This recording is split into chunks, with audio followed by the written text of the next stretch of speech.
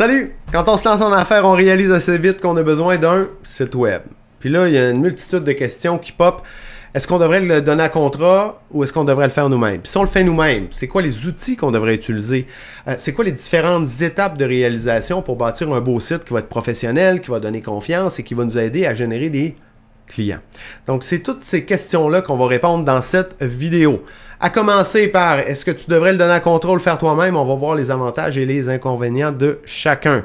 Ensuite, c'est quoi les bons outils? Mais pas seulement les bons outils pour un travailleur autonome, c'est-à-dire des outils qui vont être faciles d'utilisation, qui vont être visuels, qui vont aussi perdurer dans le temps, c'est-à-dire que tu n'auras pas besoin de changer ton site web dans 1 an, dans 2 ans, parce que tu as fait un mauvais choix technologique. Ensuite, on va voir les différentes étapes de réalisation. Il y en a un peu plus de 60. Ça a l'air beaucoup, mais le fait qu'il y en ait beaucoup fait que c'est toutes des petites étapes simples qui vont te faciliter la vie. Donc, j'ai vraiment pris le temps de tout décortiquer pour te rendre la vie facile. À la fin, tu vas avoir le choix entre suivre chacune de ces étapes-là, faire tes recherches sur Internet puis le faire toi-même, ou si tu veux accélérer le processus, tu vas pouvoir investir quelques centaines de dollars pour acheter ma formation. Ou je le fais avec toi. Donc, je passe à travers chacune des étapes avec une approche over the shoulder, c'est-à-dire que tu me vois le faire, tu vois comment je le fais, où je clique, comment j'utilise les outils, etc., etc. Et où je bâtis un site comme celui-ci. Un site parfait pour les travailleurs autonomes, les indépendants, les consultants, les coachs, designers, formateurs, etc., etc. Un beau site à 5 pages, à commencer par une page d'accueil où il y a des preuve de crédibilité, section à propos, service avec des liens vers les différentes pages. Ici, on a une belle page service pour prendre le temps de définir chacun de nos services, pour expliquer pourquoi nos services sont importants, qu'est-ce qui nous différencie, pourquoi c'est intéressant de travailler avec nous, etc., etc. Une section à propos où on va partager notre mission, notre vision, nos valeurs, notre histoire, etc., etc. Donc, une page super importante pour tisser le lien de confiance, connecter sur le plan humain avec tes visiteurs. Une page contact, bien évidemment, pour faciliter la prise de contact de tes futurs clients. Et finalement, une page blog pour mettre de l'avant ton expertise. Je commence par me présenter. Je suis David Gaudreault, fondateur d'Empire Solo, un écosystème qui vise à aider les travailleurs autonomes à atteindre leur idéal de succès. Je suis moi-même entrepreneur, solopreneur depuis 2010 et depuis 2018, je suis coach, formateur d'affaires. Donc, j'ai eu l'opportunité d'accompagner des centaines de travailleurs autonomes dans les dernières années, dans une braquette de 0 à 5 ans. Donc, j'accompagne des travailleurs autonomes en démarrage, mais aussi des travailleurs autonomes à d'autres niveaux de leur progression. Finalement, j'ai bâti, moi, tous mes sites web depuis 2010, des e-commerce avec Magento, WordPress, WooCommerce, différentes technologies, aussi plusieurs sites pour indépendants, des entrepreneurs qui veulent mettre de l'avant leur personal branding, mettre de l'avant leurs services. Donc, j'ai eu l'occasion d'en bâtir énormément aussi au fil des années. Et le gros avantage, c'est que moi, je suis travailleur autonome, je ne suis pas développeur, donc je comprends parfaitement la réalité des travailleurs autonomes. Je ne veux pas faire de toi un développeur, au contraire, je vais te recommander aujourd'hui des outils qui sont faciles d'utilisation, des outils visuels, où ce que tu as à faire, c'est de déplacer des titres, des images, de travailler les dispositions, mais tout de manière visuelle. Donc, c'est très facile d'utilisation et c'est assez rapide là, de maîtriser ces types d'outils-là. Donc, si tu es à l'aise sur Internet, avec les réseaux sociaux, avec des outils comme Excel, Word, etc., etc., tu vas être en mesure de réaliser le site que je fais dans la formation payante là, que je vais t'offrir à la fin de cette formation-ci. Donc, première question, est-ce que tu devrais donner ton site à contrat ou si tu devrais le faire toi-même? Donc, il y a des avantages, des inconvénients pour chacun. Commençons par les avantages de mandater un développeur. Bien, évidemment, tu vas gagner du temps, ça c'est sûr. Tu as l'avantage de te faire accompagner par quelqu'un qui est habitué d'en faire. Donc, il va te donner des recommandations qui sont intéressantes. Et si tu choisis le bon développeur, bien, tu peux t'attendre à avoir un site qui va être à la hauteur, qui va être professionnel. Par contre, il y a des désavantages, des inconvénients importants qu'on oublie souvent. Bien, premièrement, le coût. Ça, c'est une évidence. Un bon développeur qui va te faire un site professionnel, comme on vient de le voir en introduction, à 5 pages, ça va te coûter entre 3 et 4 000 $. Quand tu te lances en affaires, ce 3 à 4 000 $-là, généralement, il peut être investi ailleurs de bien meilleure façon pour aller chercher tes premiers clients, par exemple. Donc, juste ça, c'est un désavantage qui est très important. Un autre gros désavantage, c'est que tu n'as pas le contrôle sur ton site web. Donc, comme tu n'as pas fait ton site, tu n'es pas à l'aise pour faire des modifications. Mais lorsqu'on se lance en affaires et dans les premières années, on est dans une phase exploratoire. Donc, notre offre de service change continuellement. On est amené à pivoter. On découvre notre marché, notre client idéal. Donc, ça change continuellement. Et si tu n'as pas le contrôle sur ton site web, ben là, tu te retrouves avec un site qui est désaligné, qui ne reflète pas la réalité. Donc là, c'est quoi les options que tu as? Ben là, tu peux payer encore plus pour faire continuellement modifier ton site par un développeur. Donc, ça te coûte très cher et en plus, ça occasionne des délais parce que, d'une part, le développeur n'est pas toujours disponible pour faire les modifications rapidement. Mais il y a aussi le fait que comme tu payes, ben là, tu retardes, puis tu repousses. Et donc là, tu te retrouves dans la situation suivante. Tu vas faire un événement réseautage, tu rencontres des clients potentiels et là, ils veulent en apprendre davantage sur tes services et ils te demandent ton site web. Et là, tu es toujours à dire « Ah ben là, mon site web, il ne reflète pas la réalité. C'est pas exactement ça. Mon offre a changé. » Et ça, ben, ça diminue ta crédibilité, ça tue le lien de confiance et ça fait que c'est plus difficile d'aller chercher des clients. Donc, on voit qu'il y a quand même des désavantages importants à faire ton site toi-même. Évidemment, si les budgets, les finances pour toi, c'est pas un problème, que tu as un développeur qui est disponible et tu es prêt à payer le prix pour qu'il fasse les modifications au fur et à mesure que tu progresses, ben voilà, là, ça vient d'éliminer plusieurs de ces inconvénients-là, mais c'est pas la réalité de la majorité des travailleurs autonomes. Maintenant, si tu décides de le faire toi-même, tu te retrouves avec les avantages des inconvénients de l'autre côté. Donc là, tu fais des économies majeures au niveau financier. Donc, tu peux prendre cet argent-là et l'investir ailleurs, par exemple, pour aller chercher des clients dans ton acquisition de leads, etc., etc. Tu as le contrôle sur ton site. Évidemment, tu le fais toi-même. Donc, quand il y a un changement à faire, tu n'as pas besoin d'appeler le développeur à chaque fois que tu as une virgule à changer. Là. Tu peux tout changer. Donc, tu peux changer ton message, ton accroche, tu peux tester différentes approches, tu peux tester des offres.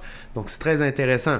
Donc, il n'y a pas de coût associé à ça. Il n'y a pas de coût associé à la maintenance. Donc, tu sauves encore plus d'argent que le coût initial pour la création du site.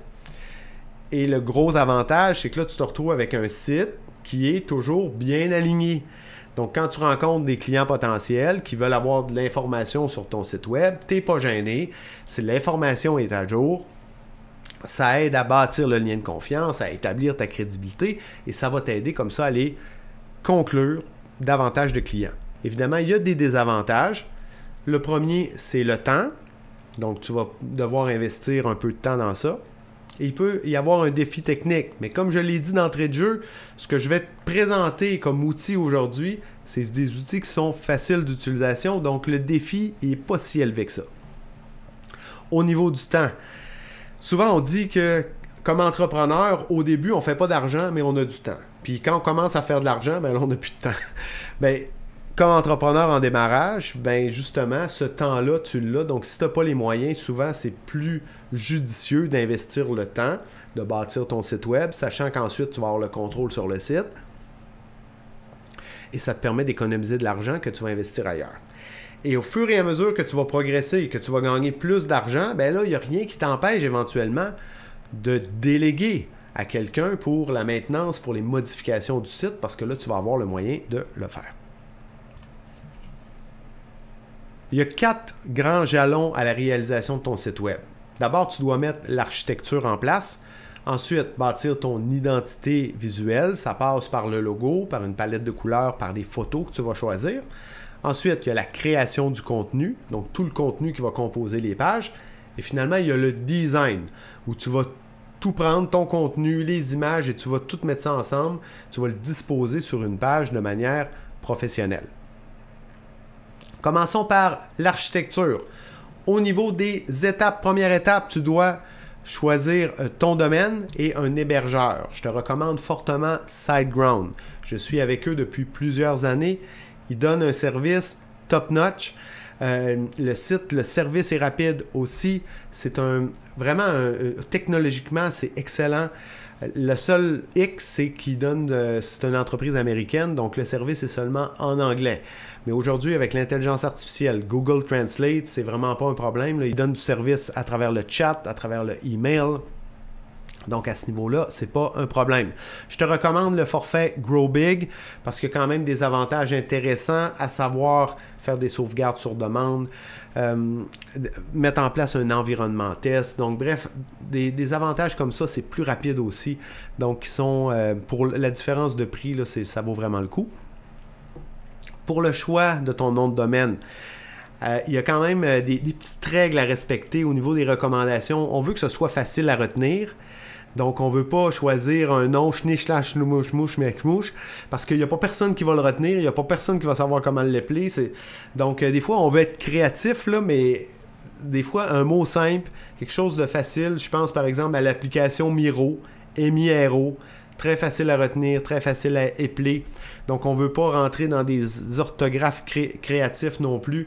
Je pense à l'entreprise Cuisine, K-O-U, Z ou S-I-N-E, ils sont toujours obligés d'épeler leur URL, toujours obligés d'épeler leur email lorsqu'ils le partagent. Tu fais une apparition dans un podcast, tu veux partager ton courriel, ton email, c'est toujours compliqué. Donc, on y va pour la simplicité des mots courts, des mots concis. Attention aux marques déposées, aux droits d'auteur, des choses comme ça, évidemment. Choisir une extension de domaine ensuite. On priorise le .com s'il est disponible, l'extension du pays, .ca, .fr, etc. Et on peut aussi, alternativement, prendre le .co, qui est très populaire du fait qu'il ressemble au .com. En théorie, c'est l'extension de la Colombie, mais on n'a pas besoin d'avoir une adresse en Colombie pour pouvoir l'utiliser, ce qui fait qu'il y a plein de sites maintenant qui l'utilisent. Maintenant, il y en a plein d'autres. Il y a des points académie, des points coach, mais souvent, c'est des extensions qui sont restrictives. Donc, si, exemple, tu prends un point académie parce que tu veux donner de la formation en ligne, mais au fil du temps, tu pivotes, tu décides de ne plus donner de formation, mais là, le point académie devient restrictif. Donc, c'est pour ça que c'est intéressant d'abord de prendre le .com, le .ca ou .fr ou l'extension de ton pays, le .co alternativement au .com. On évite les mots à double sens, ambigus, etc., etc. Donc, avec SiteGround, tu peux prendre les deux. Tu peux prendre ton domaine et l'hébergeur. Ensuite, on doit configurer le serveur qu'on a pris avec SiteGround. On va installer WordPress. On va configurer le domaine. Si on l'achète avec SiteGround, il va être déjà configuré automatiquement. Si tu as un domaine chez GoDaddy, chez OnlyDomains, chez Namecheap, name it, tu dois faire pointer ton domaine vers le serveur. Parce que sinon, on ne réussira jamais à accéder à ton site web. OK? Donc, et ça se fait avec les name servers. Je ne vais pas dans le détail aujourd'hui, mais dans la formation, on voit ça étape par étape. Configuration d'un FTP, c'est optionnel, mais c'est bien pratique lorsqu'on fait du développement. On peut glisser des images directement d'un dossier sur notre ordinateur à un autre dossier qui upload, qui téléverse l'image ou le document directement sur le serveur. C'est pratique, c'est vraiment pas obligatoire. On va configurer les sauvegardes, très important. On veut que notre site se sauvegarde à chaque jour, à chaque semaine, etc. Possible de le faire avec SiteGround. Installer le certificat SSL. Ça, c'est essentiel pour avoir le HTTPS, donc pour avoir une URL qui est sécurisée, une connexion qui est sécurisée. Si on a seulement le HTTP, qu'on n'a pas une connexion sécurisée, ça va faire que lorsqu'on va essayer d'ouvrir ton site dans Chrome, il va avoir le gros message d'avertissement de dire attention, ce site web n'est pas sécurisé, voulez-vous continuer? Évidemment, c'est un gros deal breaker pour les visiteurs. Très important cette étape-là. Configuration de tes adresses email, donc qui vont être par exemple ton prénom à commercial, ton nom de domaine. On peut activer alternativement le CDN, le Content Delivery Network. C'est disponible gratuitement sur SiteGround. Ça vient accélérer un peu ton site. Donc, c'est de manière optionnelle, mais comme c'est disponible sur SiteGround, c'est intéressant de le faire. Configuration de WordPress. Donc, on va installer et configurer le thème sur WordPress. Celui que je te recommande, recommande, c'est Astra. En fait, il y a 2 thèmes qui arrivent vraiment en tête de liste, qui se partagent la pole position dans les meilleurs thèmes WordPress. Le premier, c'est Astra. Le deuxième, c'est Divi. Personnellement, j'ai une préférence pour Astra. C'est un site qui est très optimisé, qui est léger, qui est très efficace, qui est facile d'utilisation. Donc, mais Divi, c'est un très bon thème aussi. Donc voilà, mais Astra, je te le recommande aussi particulièrement parce qu'il fonctionne vraiment bien avec Elementor, qui est un excellent constructeur de pages, qui lui est vraiment parmi les meilleurs aussi. Il partage la pole position avec Beaver, Builder, Divi aussi. Donc c'est vraiment parmi les tops. Mais bref, Astra, Elementor fonctionnent vraiment bien ensemble. Donc, on installe et on configure notre thème. Une fois que ça c'est fait, on va installer nos extensions. Des extensions, ça permet d'ajouter des fonctionnalités à WordPress. Donc ici, je t'ai mis les essentiels. Akismet, un anti-spam. Elementor Pro, qui est le constructeur de pages que je te recommande. C'est possible de l'avoir en version gratuite, Elementor, mais je te recommande quand même de prendre la version Pro. Il y a des fonctionnalités qui sont intéressantes à avoir. Easy Update Manager. Donc ça, à utiliser avec précaution quand même, mais avec les extensions que je te suggère ici, ça va bien, il n'y a pas de problème d'incompatibilité. Donc on peut se permettre de faire nos mises à jour d'extensions de thèmes de WordPress automatiquement, ce qui nous économise du temps, ce qui nous assure au niveau de la sécurité que tout est toujours à jour. Donc, il y a de gros avantages à le faire. Donc, tu n'as pas besoin de faire la maintenance toi-même au niveau du site. Tout se met à jour automatiquement. Quand je dis de l'utiliser avec précaution, c'est que des fois, lorsqu'on utilise des extensions qui sont un peu du champ gauche pour aller chercher une fonctionnalité particulière, des fois, il peut y avoir des enjeux de compatibilité avec d'autres extensions. Donc, ça peut faire que s'il y a une mise à jour qui est faite automatiquement, mais ça peut créer des problèmes sur le site. Et ça peut faire que notre site est live avec certains problèmes le temps qu'on s'en rende compte. Et donc, lorsque c'est le cas, là, on peut mettre un environnement test. Justement, GrowBig de SiteGround, le forfait GrowBig nous permet de le faire. On fait nos mises à jour manuellement. On s'assure que tout fonctionne bien. Puis ensuite, on le met en live. Donc, voilà. Mais comme travailleur autonome, avec un site comme on a là, Easy Update Manager va te sauver un temps fou. Yoast SEO, pour avoir les fonctionnalités SEO sur ton site web. Super important. Convert Pro, de manière optionnelle, c'est une extension qui te permet d'avoir des pop-up, donc de bâtir ta liste. On le sait, hein, on le dit souvent, money in the list en entrepreneuriat. Donc, tu veux bâtir ta liste assez tôt. Commencer à ouvrir le canal de communication, envoyer des newsletters. C'est intéressant d'avoir une extension qui nous permet de le faire. Ensuite, Speed and Security Optimizer, c'est 2 plugins de SiteGround sont installés automatiquement lorsqu'on fait le choix de SiteGround. Donc, ça ajoute de la rapidité, de la cache entre autres sur le site, de la sécurité aussi. WP WordPress Two-Factor Authentication, WP2FA. Donc ça va faire que lorsque tu arrives pour te connecter sur ton site web, on va envoyer un courriel avec un code. Donc tu vas te connecter en 2 étapes. Et ça te protège beaucoup contre les attaques de force brute, où là, ils vont essayer plein de mots de passe pour essayer de rentrer dans ton site web. Là, ça ne peut pas fonctionner parce que la seule façon de se connecter, c'est d'avoir accès à ton courriel. SiteKit by Google, ça c'est pour intégrer ton site web à Google Analytics, à Google Search Console aussi. Donc ça se fait très facilement avec cette extension-là. Et finalement, WForm Lite va te permettre de mettre un formulaire de contact sur ta page Contact. On est rendu à la 19e étape dans la configuration de WordPress. On va paramétrer justement WordPress. Il y a beaucoup des paramètres par défaut qu'on peut garder. Par contre, il y a certaines choses à paramétrer, comme ta page de blog, ta page d'accueil. Au niveau de la structure des URL, peut-être que tu veux faire des changements dépendant de tes préférences. Le courriel de l'administrateur, des choses comme ça qui peuvent être configurées. Installation du script Cookies. Ça, c'est pour rencontrer les exigences de la loi 25 au Québec, du RGDP en Europe. Donc, lorsqu'on se connecte sur ton site, on doit demander le consentement pour utiliser les cookies. Donc, c'est la petite fenêtre modale là, qui va apparaître dans le coin de l'écran. On le fait avec CookieS. Il y a d'autres technologies aussi, mais CookieS, c'en est une bonne, facile d'utilisation. Et en plus, c'est possible avec CookieS de générer ta politique de cookies. Politique, on va en parler un peu plus tard dans les autres étapes.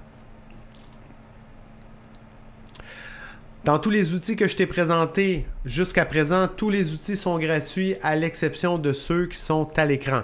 Donc, on a SiteGround, l'hébergement évidemment, pour avoir accès au serveur, c'est impossible de l'avoir gratuitement.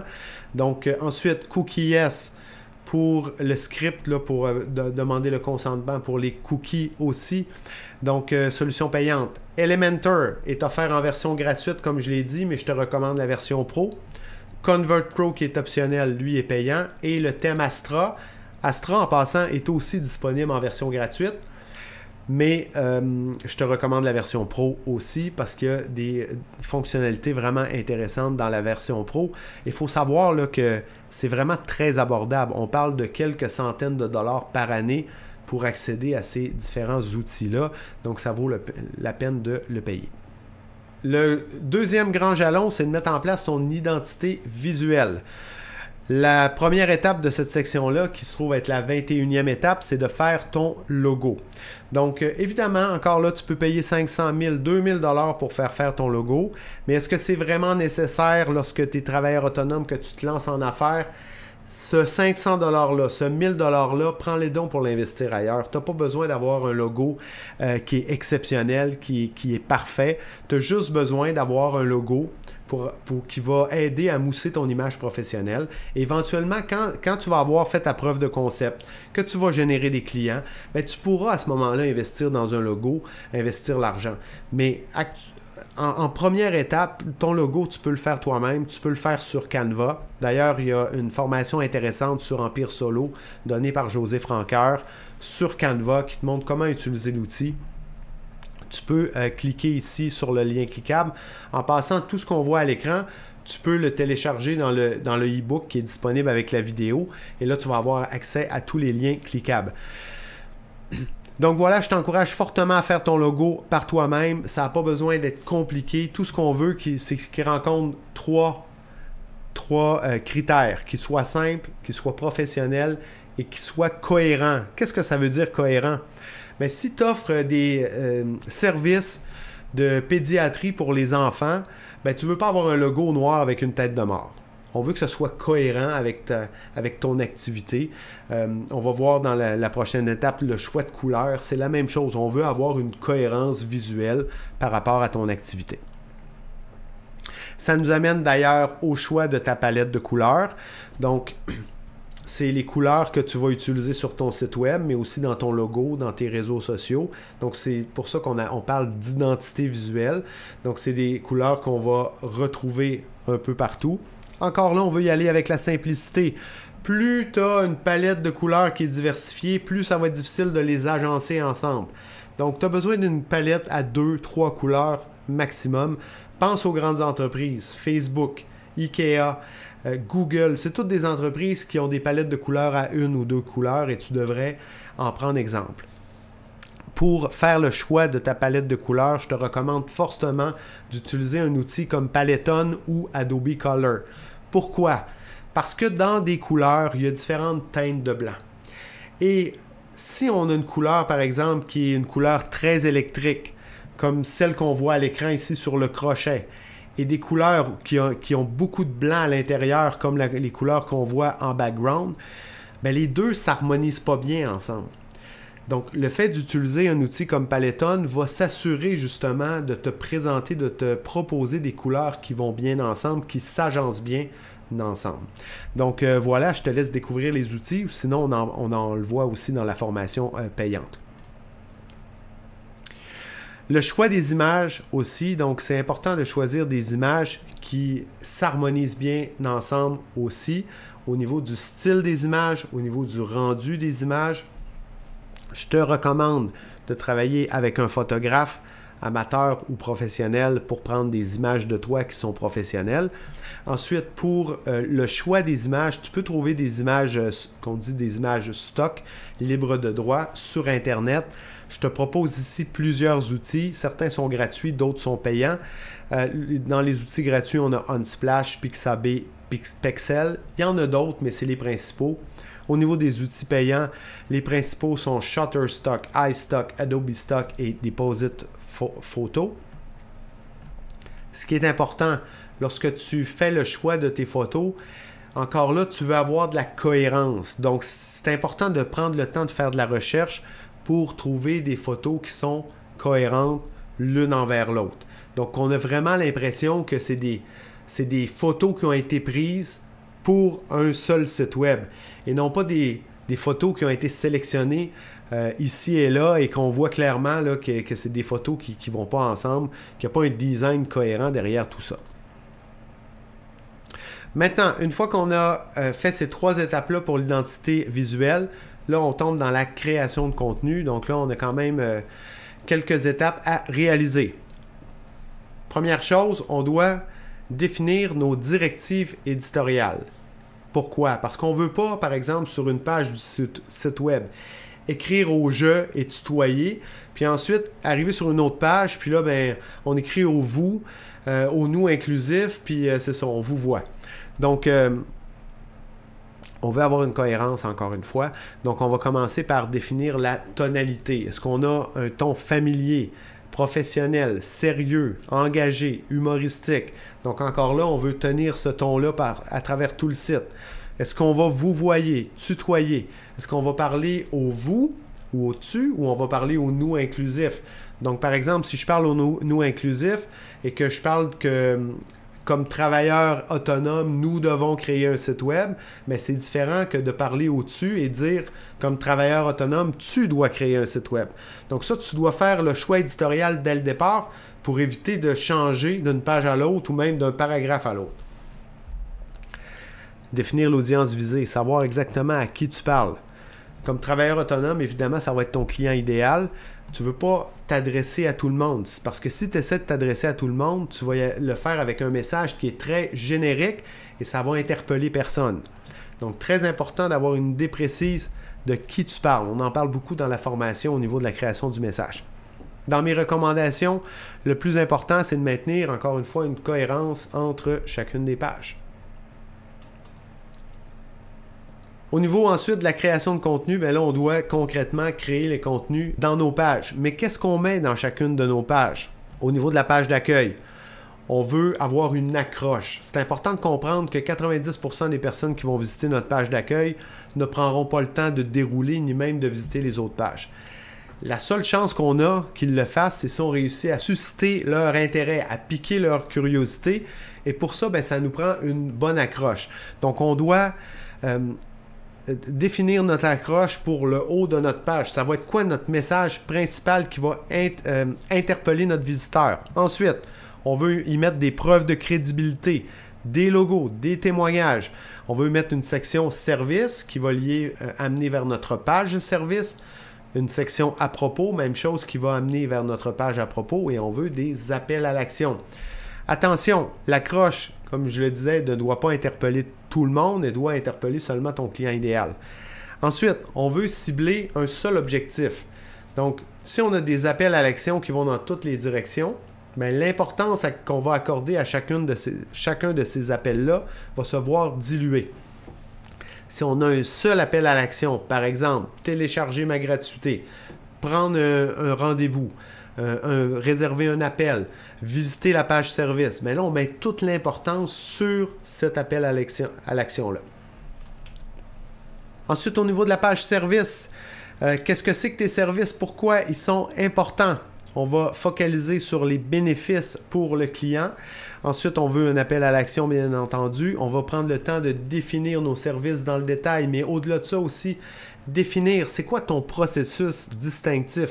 Qu'est-ce qui fait que c'est différent que de travailler avec toi, que de travailler avec n'importe quel autre prestataire de service ou n'importe quel autre de tes concurrents.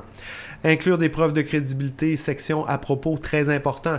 Lorsqu'on est dans la page service, oui, on lit sur tes services, mais ça se peut qu'on veuille en apprendre un peu plus par rapport à toi.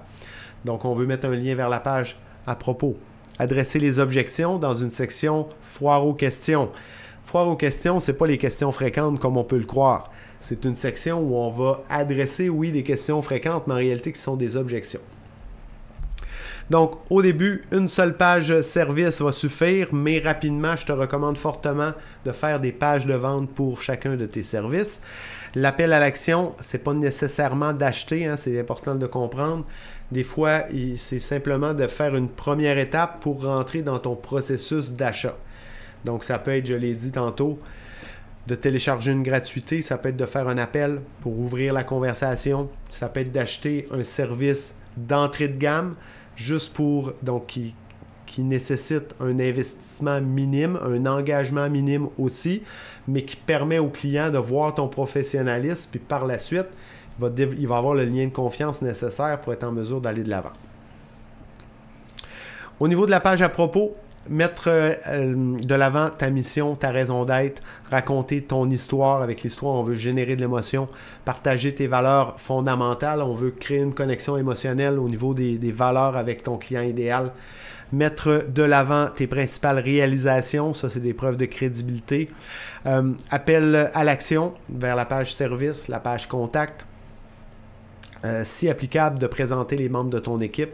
Comme travailleur autonome, généralement, on n'a pas nécessairement une équipe, mais aussitôt que tu commences à travailler avec des collaborateurs, que tu peux avoir tes premiers employés, c'est intéressant de le mettre dans la page à propos parce que ça augmente ta crédibilité. Donc voilà, au niveau des recommandations, tu peux te permettre un ton qui est plus familier. Avoir des images aussi qui sont plus familières. On veut apprendre à te connaître de manière transparente et authentique. Puis, comme je le disais précédemment, on veut générer de l'émotion avec notre histoire. Au niveau du contenu, page contact, ici, il faut comprendre qu'au niveau de la page contact, les gens n'ont pas les mêmes préférences sur comment te contacter. Donc, on veut offrir différentes façons à notre client idéal de nous contacter. Donc, inclure des informations de contact, numéro de téléphone, email, formulaire de contact, un calendrier Calendly. On peut mettre une carte Google si on a un point de vente local. Donc, l'idée, c'est de faciliter la prise de contact.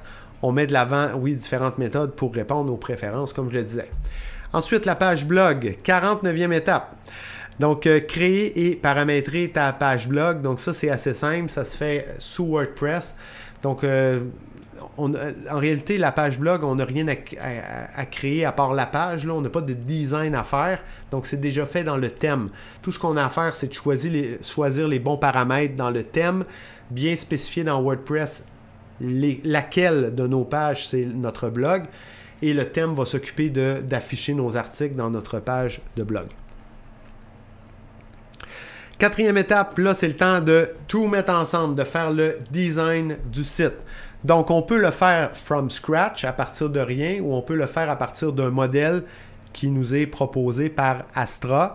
Astra, comme il s'intègre parfaitement avec Elementor, évidemment, on a le choix de prendre des modèles qui sont faits en Elementor. Donc, dans la formation où on voit comment bâtir le site web étape par étape, j'utilise un modèle pour te montrer comment faire, mais je reconstruis les sections. Donc, c'est un peu comme te montrer aussi comment le faire à partir de rien. Donc, faire le design de l'entête et du pied de page. Hein, on a toujours un en-tête et un pied de page. On parlait d'une belle en-tête transparente, mais ça, c'est Astra Pro qui nous permet de faire ça. Un beau pied de page avec 4 colonnes, avec de l'information, ça fait très professionnel. C'est des choses qui doivent être faites. Créer les pages dans WordPress, voilà, intégrer et mettre en page les contenus. Ajuster le design pour l'affichage adaptatif. Donc, on met tous nos contenus, nos images, on s'assure de la disposition, mais là, on est en train de le faire souvent sur un écran desktop. On est sur notre ordinateur. Mais tes visiteurs vont le voir sur tablette, sur mobile. Donc, une fois que notre design est fini, c'est important de ne pas oublier, c'est une étape importante, de s'assurer qu'on a un design qui est responsive. Donc, dans Elementor, on peut l'afficher sur différentes résolutions puis ajuster les éléments en conséquence. Donc, c'est une étape à ne pas oublier. Une fois que nos pages sont faites, on doit faire l'optimisation SEO de nos pages. On parle ici d'une optimisation de base, mais qui est très importante.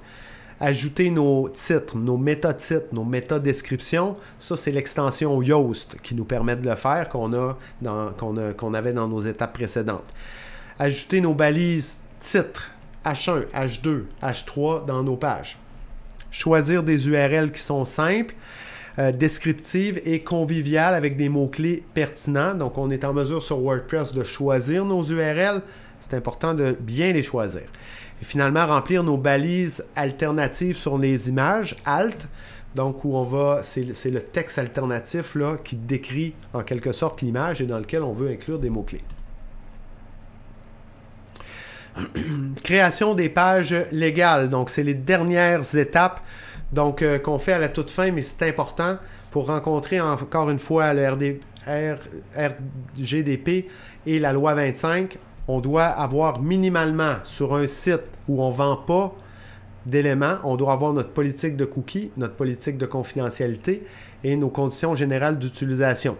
Donc ça, c'est très important de les avoir. Et si on fait de la vente, on va avoir besoin aussi de nos conditions générales de vente. C'est là que vont se retrouver nos politiques de retour, de remboursement, etc., etc.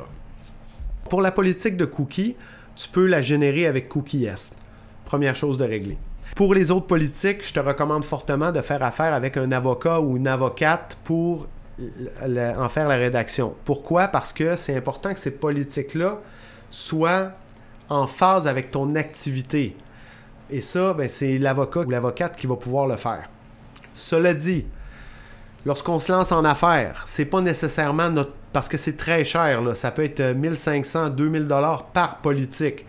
Donc, lorsqu'on se lance en affaires, souvent, on n'a carrément pas ce budget-là à mettre. On n'a pas ce 4, 5, 6 000 $ à mettre dans des politiques pour payer un avocat pour avoir nos politiques.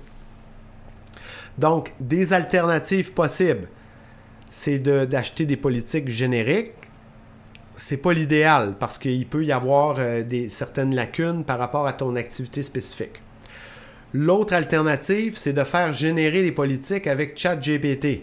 Donc, avec ChatGPT, on peut lui faire une mise en contexte, lui expliquer notre activité, lui demander de prendre le rôle d'un avocat et il va nous générer une politique qui va être plus personnalisée. Est-ce que c'est du niveau d'un avocat? Absolument pas. Est-ce qu'il peut y avoir des erreurs, des lacunes? Oui, absolument. Donc, est-ce que c'est une solution que je recommande? Non. Mais dans le contexte où tu comprends les implications, où tu n'as pas le budget, que tu as besoin de politique, où tu prends la pleine responsabilité de ta décision, tu peux le faire. Dans la formation payante, je propose des directives, là, des prompts, pour maximiser le potentiel de générer les meilleures politiques possibles avec ChatGPT. Mais encore là, je le fais avec réserve, puis garde, même je te donne un avertissement aussi qui est à l'écran, je ne vais pas le lire, mais c'est simplement que je te mentionne que c'est pas ce que je recommande, et si tu décides de le faire, tu en prends la pleine responsabilité.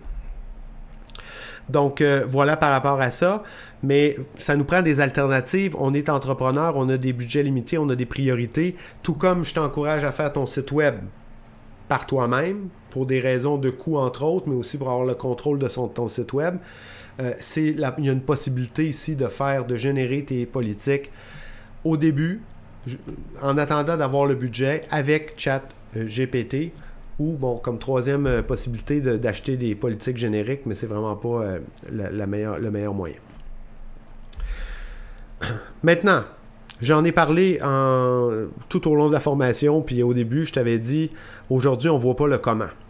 Tu sais maintenant exactement ce que tu dois faire.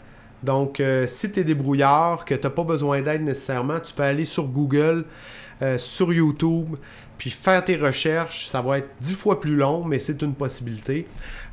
Et essayer de le faire par toi-même. Ça se fait très bien, c'est juste que c'est beaucoup plus long, puis tu vas rencontrer beaucoup plus d'embûches. Si tu veux accélérer le processus, je te propose ma formation Comment créer ton site web professionnel sur WordPress pour solopreneurs et travailleurs autonomes à 70% de rabais. Okay? Donc, tu peux cliquer sur le bouton qui est sous la vidéo pour aller visiter la page de la formation.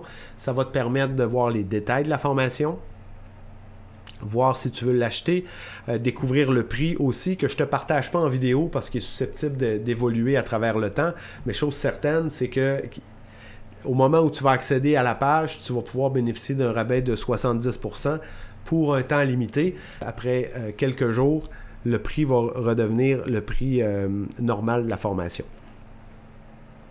Tu vas pouvoir acheter la formation. Maintenant, peut-être que tu aimerais avoir aussi un accompagnement, quelqu'un pour répondre à tes questions.